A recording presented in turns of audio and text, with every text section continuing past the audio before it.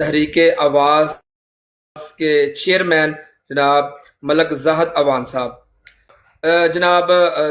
ملک زاہد صاحب کی طرف کہ اس وقت میں سب سے پہلے تو میں آپ کا بہت مشکور ہوں ملک صاحب، اللہ تعالیٰ آپ کو سلامت رکھے، اللہ تعالیٰ آپ کو خوش رکھے۔ ماشاءاللہ آپ کا ورک جو آپ سوشل میڈیا کے اوپر دیکھتے رہتے ہیں، اور اس کے بعد ماشاءاللہ ہم نے دیکھا کہ آپ اپنے علاقے کے اندر تحریک آواز ماشاءاللہ بہت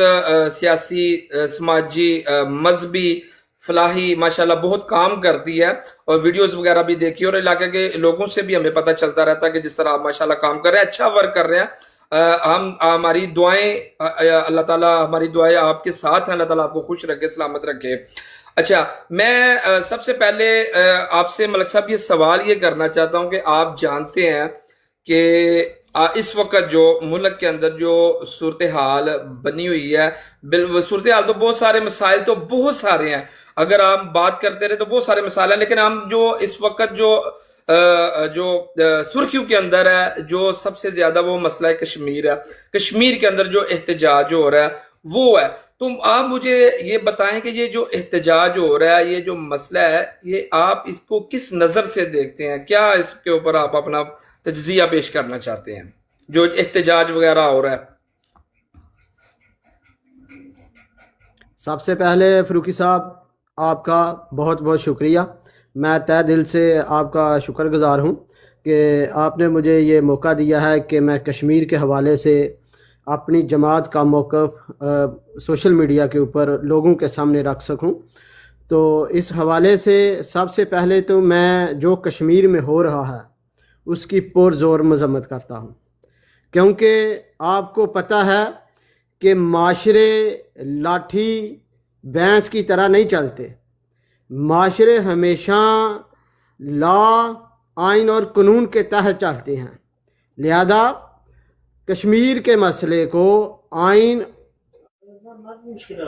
لا اور قانون کے حوالے سے طے کرنا چاہیے۔ دوسری بات، یہ جو کشمیر کے اندر اس وقت پروٹیسٹ جاری ہے، اس کو ہم صرف اینکیں لگا کر اپنی اینک سے ہی نہیں دیکھ سکتے، ہمیں یہ دیکھنا پڑے گا کہ کشمیر جو ایشو ہے، جو کاز ہے، اس میں پاکستانیوں نے کتنی قربانیاں دی ہیں۔ میں یہاں پر آپ کو ایک بات بتاتا چلوں، میں اکثر کشمیریوں سے ملتا ہوں، تو کشمیر میں میں رہا بھی ہوں، تو پہلی بات تو یہ میں بات واضح کراس دا بورڈ کرنا چاہتا ہوں تاکہ ہماری قوم کو پتہ چلے کہ کشمیری جو ہیں وہ خود کو کیا سمجھتے ہیں۔ کشمیری پہلے نمبر پر تو خود کو پاکستانی ہی تسلیم نہیں کرتے، میں کئی مرتبہ ادھر گیا ہوں، وہ خود کو ایک الگ سٹیٹ پیش کرتے ہیں، ایک الگ ریاست پیش کرتے ہیں۔ لہٰذا یہاں پر جو یاد رکھنے کی بات یہ ہے کہ کشمیر کو تو کشمیریوں نے آزاد نہیں کروایا، کشمیر کو تو پاکستانیوں نے آزاد کروایا تھا۔ تو یہ کیسے ہو سکتا ہے کہ کشمیر میں الگ قانون ہو، کشمیر میں چیزوں کی پرائز الگ ہو، اور پاکستان، پنجاب، سندھ، بلوچستان کے اندر الگ ہوں؟ اس کے باوجود بھی پاکستانی حکومت نے کشمیریوں کو بہت زیادہ ریلیف دیا۔ آپ کو پتہ ہے جو آٹا ہمیں پاکستان کے اندر 4040 کلو ملتا ہے 4000 میں، وہی آٹا کشمیر کے اندر 2000 میں مل رہا تھا۔ نہیں، آپ یہ کہنا چاہ رہے ہیں کہ جو کشمیر میں اندر احتجاج ہو رہا ہے وہ بلا جواز بالکل کسی کام کا نہیں ہے، وہ یعنی وہ ریاست کے ساتھ ٹکر لے رہے ہیں، یعنی ان کے جو مطالبات ہیں ملک صاحب، ان کے جو مطالبات ہیں، جیسا آپ نے بات کی کہ جیسے آپ نے یہ حوالہ دیا کہ کشمیریوں کو کس نے آزاد کروایا، جو اللہ کی بات آپ نے کی، تو وہ جو احتجاج کر رہے ہیں، وہ احتجاج ان کی وجہ کیا ہے؟ احتجاج کی وجہ کیا ہے؟ کیا وہ ریاست پاکستان کے ساتھ ٹکر لے رہے ہیں؟ میں آپ کو اور اپنے سننے والوں کو یہی بتانا چاہتا ہوں کہ کیا پاکستان کے اندر، پنجاب کے اندر، کراچی کے اندر، KPK کے اندر احتجاج نہیں ہوتا؟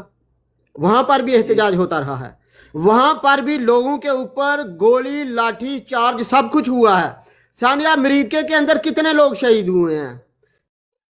میں آن دا ریکارڈ آپ کو یہ بات بتانے لگا ہوں کہ میں نے خود عیدی والوں کو سنا ہے، عیدی والوں کے ڈرائیورز کو سنا ہے، وہ کہتے ہیں کہ ہم نے 1500 سے اوپر لاشیں پنجاب پولیس سے لے کر، لاہور پولیس سے لے کر دفنائی ہیں۔ ملک صاحب آپ مجھے اس وقت یہ کشمیری، اس وقت